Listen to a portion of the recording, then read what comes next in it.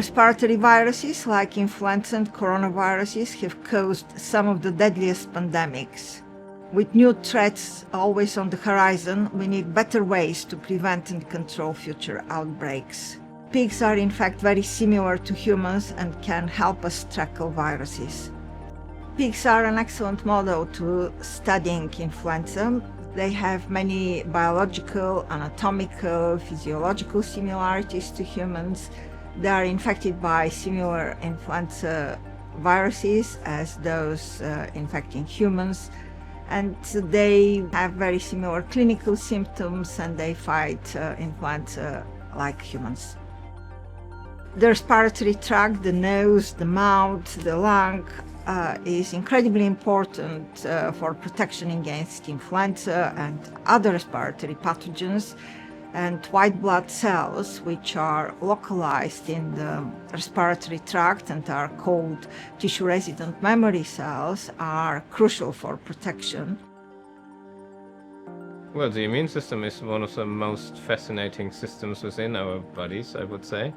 What we can do in pigs is that we have an easier access to anatomic locations where immune responses take place, and to access those locations to really study in detail what's happening in the tissue. We had the possibility to look both into healthy pig lung tissue and also influenza-infected pig lung tissue, and that allowed us to look at differences in how the immune cells reacted to the infection compared to the healthy pigs. And this allows us to understand then on a holistic level how we would need to design, for example, vaccines in order to achieve a similar immune response, which hopefully then results in protection from a future infection.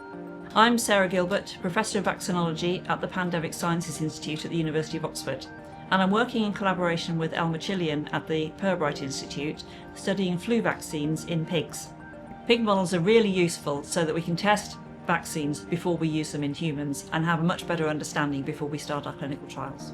We're studying two different things in the pig model to help us develop better flu vaccines. One is delivering the vaccines directly into the lungs by breathing in a fine mist or an aerosol of the vaccine, and that may mean that we get better protection against infection because we've got the vaccine and therefore the immune response in the right part of the body to help us respond to infection more effectively. And the second thing we're testing is broadly cross-protective flu vaccines, so that we don't have to have specific vaccines and keep updating the flu vaccines every year. We will have a vaccine that will work against lots of different strains of viruses in the pigs and in the humans. If a pandemic starts and we've already been using these broadly cross-protective vaccines instead of our usual seasonal vaccines, people have already been vaccinated with a vaccine that will protect them against the pandemic virus, and that really would be a game changer.